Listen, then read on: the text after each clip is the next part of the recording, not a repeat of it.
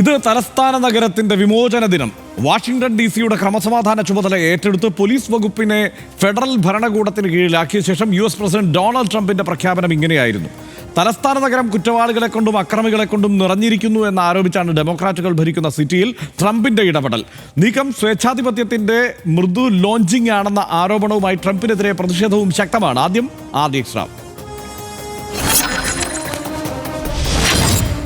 നമ്മുടെ രാജ്യ തലസ്ഥാനത്തെ കുറ്റകൃത്യങ്ങളിൽ നിന്നും, രക്തച്ചൊരിച്ചിൽ നിന്നും, കുഴപ്പങ്ങളിൽ നിന്നും, വൃത്തികേടുകളിൽ നിന്നും, അതിലും മോശമായവയിൽ നിന്നുമെല്ലാം മോചിപ്പിക്കാൻ ഒരു ചരിത്രപരമായ നടപടി ഞാൻ പ്രഖ്യാപിക്കുകയാണ്. തിങ്കളാഴ്ച രാത്രി 78 മിനിറ്റ് നീണ്ടുനിന്ന വാർത്താ സമ്മേളനത്തിൽ ട്രംപ് പ്രഖ്യാപിച്ചു.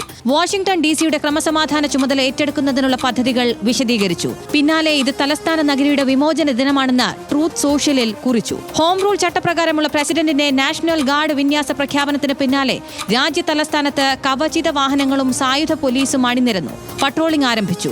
സർക്കാർ കെട്ടിടങ്ങൾക്ക് മുന്നിലെല്ലാം ബാരിക്കേഡുകൾ സ്ഥാപിച്ചു. തിങ്കളാഴ്ച രാത്രിയിൽ മാത്രം 23 പേരെ അറസ്റ്റ് ചെയ്തു.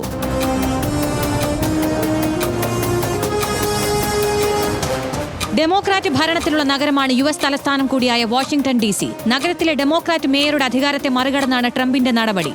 കേന്ദ്രസേനാ വിന്യാസം നിയമവിരുദ്ധവും ജനാധിപത്യ വിരുദ്ധവും അസാധാരണവുമാണെന്ന് മേയറും ഭരണസമിതിയും ചൂണ്ടിക്കാട്ടുന്നു. RDX rap news Malayalam.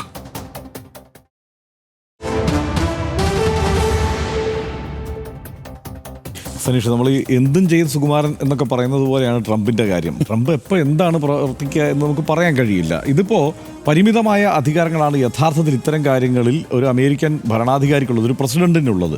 ഇവിടെ 30 ദിവസത്തിനപ്പുറത്തേക്ക് നിയന്ത്രണം കൊണ്ടുപോകാൻ അദ്ദേഹത്തിന് ഭരണപരമായ നിയമപരമായ പരിമിതിയുണ്ട്. മാത്രമല്ല, അമേരിക്കയിലെ 50 സ്റ്റേറ്റുകളിൽ വേറെ എവിടെയും ഇത് നടപ്പാക്കാൻ അദ്ദേഹത്തിന് കഴിയുകയുമില്ല. കാരണം അവിടെയെല്ലാം ഗവർണർമാരുണ്ട്, അവിടെ പ്രത്യേക വ്യവസ്ഥിതിയാണ്, അവിടെ മറ്റ് നിയമങ്ങളാണ്, അവിടെയൊന്നും ഇത് നടപ്പാക്കാൻ കഴിയില്ല. അപ്പോൾ അതുകൊണ്ടൊക്കെ തന്നെ ഇത് ഈ ഏകാധിപത്യത്തിൻ്റെ ഒരു സോഫ്റ്റ് ലോഞ്ച് ആണ് എന്നൊക്കെ പറയുന്നതിൽ അർത്ഥമുണ്ടോ? അല്ല, അത് കൂടുതലല്ല. കാരണം എന്താണെന്ന് വെച്ചാൽ ഇത് ഒന്ന് നിയമമൊക്കെ അവിടെ ഉണ്ടാകുമ്പോഴും നിയമം കൊണ്ടുള്ള കളിയല്ലോ അദ്ദേഹം കഴിക്കുന്നത്.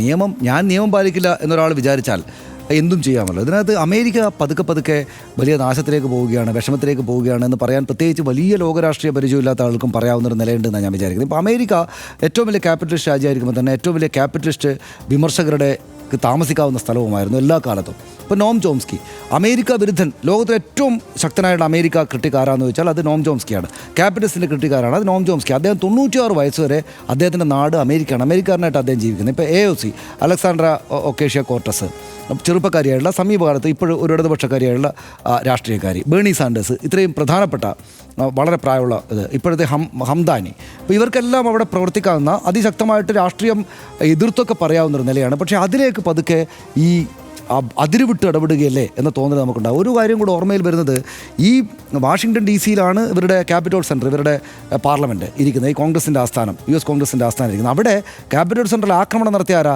ഈ ട്രംപിൻ്റെ ആളാണ്. ഓർമ്മയില്ലേ? അവിടെ 5 പേർ കൊല്ലപ്പെട്ടു, നിരവധി ആളുകൾക്ക് പരിക്കേറ്റു. ഏറ്റവും അവരുടെ ചരിത്രത്തിലെ ഏറ്റവും പ്രധാനപ്പെട്ട വലിയ പ്രശ്നമായിട്ടാണ് കാണുന്നത്. ഇദ്ദേഹം വീണ്ടും അധികാരത്തിൽ വന്നപ്പോൾ അതിൽ പ്രതികളായിരുന്ന ആളുകളെ കുറേ ആളെ ശിക്ഷ വിമുക്തരാക്കി. അയാളുടെ ആളുകളാണ് വാഷിംഗ്ടൺ DC കണ്ട ഏറ്റവും വലിയ അതിക്രമം നടത്തിയ ആളുകൾ. ഇപ്പോൾ അവിടെ വലിയ കുഴപ്പക്കാരാണെന്ന് പറഞ്ഞിട്ട് വാഷിംഗ്ടൺ DC പിടിക്കാനാണ് ഈ കേന്ദ്രസേനയെ അങ്ങോട്ടേക്ക് അയച്ചിരിക്കുന്നത്. അപ്പോൾ ഇത് യഥാർത്ഥത്തിൽ ഇങ്ങനെ മോശം രാഷ്ട്രീയമുള്ള മനുഷ്യർ ഭരണാധികാരികളായിക്കഴിഞ്ഞാൽ രാജ്യത്തിന് എന്ത് സംഭവിക്കുന്നതിൻ്റെ ഉദാഹരണം നമ്മൾ കണ്ടുകൊണ്ടിരിക്കുകയാണ് ചരിത്രത്തിൽ. ഡെമോക്രാറ്റിക് ഭരണം നടക്കുന്ന കാലിഫോർണിയയിലെ ലോസ് ആഞ്ചൽസിലാണ് ഈ വിധം ഒരു പരിപാടി ട്രംപ് ആദ്യം തുടങ്ങി വെച്ചത്.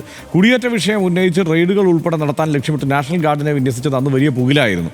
എതിർപ്പുകൾ ശക്തമായിരുന്നെങ്കിലും ഘട്ടം ഘട്ടമായി മാത്രം സൈന്യത്തെ പിൻവലിക്കാനേ ട്രംപ് തയ്യാറായുള്ളൂ. ഇപ്പോൾ വാഷിംഗ്ടൺ DC-യിലെ ട്രംപിൻ്റെ ഇടപെടൽ അടിയന്തരാവസ്ഥ പ്രഖ്യാപിക്കാതെ തന്നെ തലസ്ഥാന നഗരത്തെ അടിയന്തരാവസ്ഥയിലേക്ക് തള്ളിവിടലാണെന്ന വിമർശനം ശക്തമാവുകയാണ്. ന്യൂയോർക്കിലും ഷിക്കാഗോയിലും എല്ലാം ഇതേ നടപടി പ്രതീക്ഷിക്കാമെന്നാണ് ഭീഷണി. ലോക പോലീസ് കളിയുടെ മറ്റൊരു വേർഷനാണ് സ്വന്തം രാജ്യത്തിനകത്തും ട്രംപ് ഇപ്പോൾ നടപ്പാക്കുന്നതെന്ന് വേണം കരുതാൻ. എപ്സ്റ്റീൻ ഫയലും തീരുവയും അടക്കം വിവിധ വിഷയങ്ങളിൽ ട്രംപിനെതിരെ രാജ്യത്തിനകത്ത് തന്നെ പ്രതിഷേധം കനക്കുന്ന സാഹചര്യമാണ്. ഇത്തരം സാഹചര്യങ്ങളിൽ സ്വേച്ഛാധിപത്യ പ്രവണതയുള്ള അധികാരികൾ ഇതൊക്കെ തന്നെയാണ് ലോകമെങ്ങും ചെയ്തിട്ടുള്ളതെന്ന് മാത്രം RDX ഓർമ്മിപ്പിക്കുന്നു. RDX ഇവിടെ പൂർത്തിയാകാണ്. Good night.